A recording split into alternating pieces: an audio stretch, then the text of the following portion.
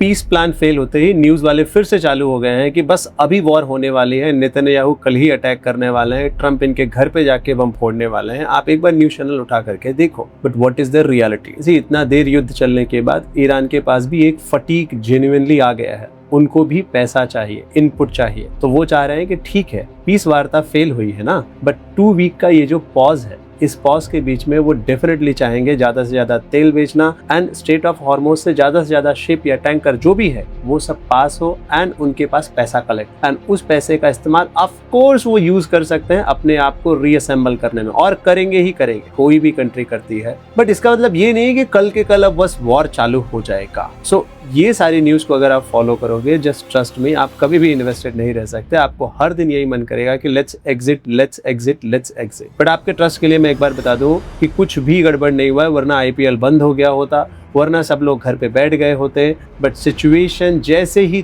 थोड़ा सा भी हिंट पाएगी कि यस सब कुछ नॉर्मलाइज होने वाला है, तो जैसे एक दिन में मार्केट ने 4% का जंप दिया था, 4% का, यानी कि पिछले 5 साल में मुझे नहीं लग रहा है कभी भी मार्केट ने एक दिन में 4% का जंप दिया है, बट ये जंप दिया। जैसे ही मार्केट को थोड़ा और क्लैरिटी मिलेगी, इसके पहले कि आप प्लान बनाओगे कि अब मैं मार्केट में एंटर करूंगा, उसके पहले ही मार्केट रिकवर करके तैयार हो जाता है। सो कभी भी न्यूज़ पे बिलीव करने की बजाय focus on your asset allocation and your goal planning, कि कब आपका गोल है, कैसे आपका एसेट एलोकेशन है, that will help you to stay invested. और एक बहुत इंपॉर्टेंट पॉइंट, डॉलर इंडेक्स जो है वो 100 के नीचे आ चुका है। इसका मतलब क्या है? इसका मतलब ये है कि ऐसे में इमर्जिंग कंट्रीज अच्छा करती हैं। सी, डॉलर इंडेक्स जब भी मजबूत होगा, इसका मतलब रुपए के सामने ज़्यादा पैसा देना है या फिर दूसरी कंट्रीज को ज़्यादा पैसा देना है डॉलर लेने के लिए। ऐसे टाइम पे गोल्ड महंगा हो जाता है। लेकिन जैसे ही डॉलर इंडेक्स वीक होता है, इमर्जिंग कंट्रीज़ के पास ज़्यादा ताकत आ जाती है गोल्ड खरीदने की या फिर आप कह लो ट्रेड करने की।